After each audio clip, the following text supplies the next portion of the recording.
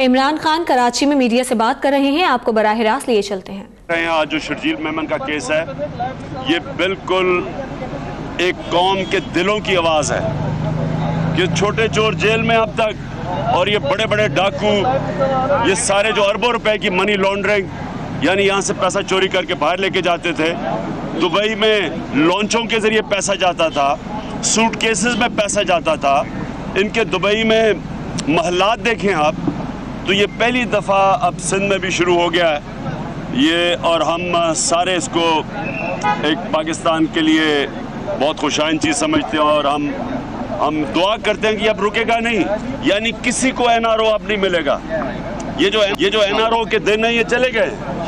पहले नवाज शरीफ को NRO मुशर्रफ ने दिया, फिर जरदारी को दिया, और अब कोशिश की जा रही है, अगर कोई हम अखबारों में पढ़ रहे हैं कि शहबाज शरीफ NRO की कोशिश कर रहे हैं, क्योंकि हुदैबा पेपर मिल पे उनका नाम है। लेकिन इंशाअल्लाह ये कौम अब तैयार है, कौम में शऊर है, और कौम किसी सूरत किसी को अब NRO नहीं देने देगी। क्रेडिट सिंध में पीपल्स पार्टी मुखालिफ इत्तेहाद बनने जा रहा है GDA का, क्या आप उसका हिस्सा बनना पसंद करेंगे? देखिए, ये तो भी बात की बातें हैं, लेकिन जो मैं देख रहा हूँ अंदरून सिंध के अंदर, जिस तरह तहरीक इंसाफ के साथ जो हमने पब्लिक को देखा है, सिर्फ ये नहीं कि जलसों में आते हैं लोग, ये जो देखा है, जो आम लोगों का रवैया देखे, रास्ते में सड़कों पे खड़े होते हैं, सिंध के लोग मेरे ख्याल में सबसे ज़्यादा तंग हैं। ये करप्ट माफिया से सबसे ज़्यादा तंग है, और करप्ट माफिया का जो सिंध का सरदार है वो आसिफ जरदारी, और उसके बाद उनकी बहन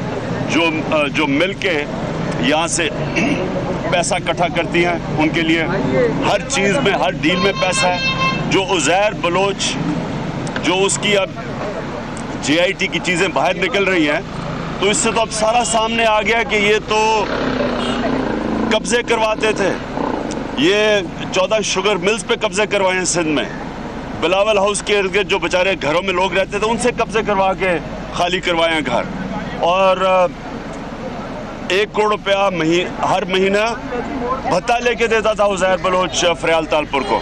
ये तो चीज़ें सामने आ गई हैं, और फिर कत्ल करवाए हैं लोगों को, कत्ल करवाया लोगों को।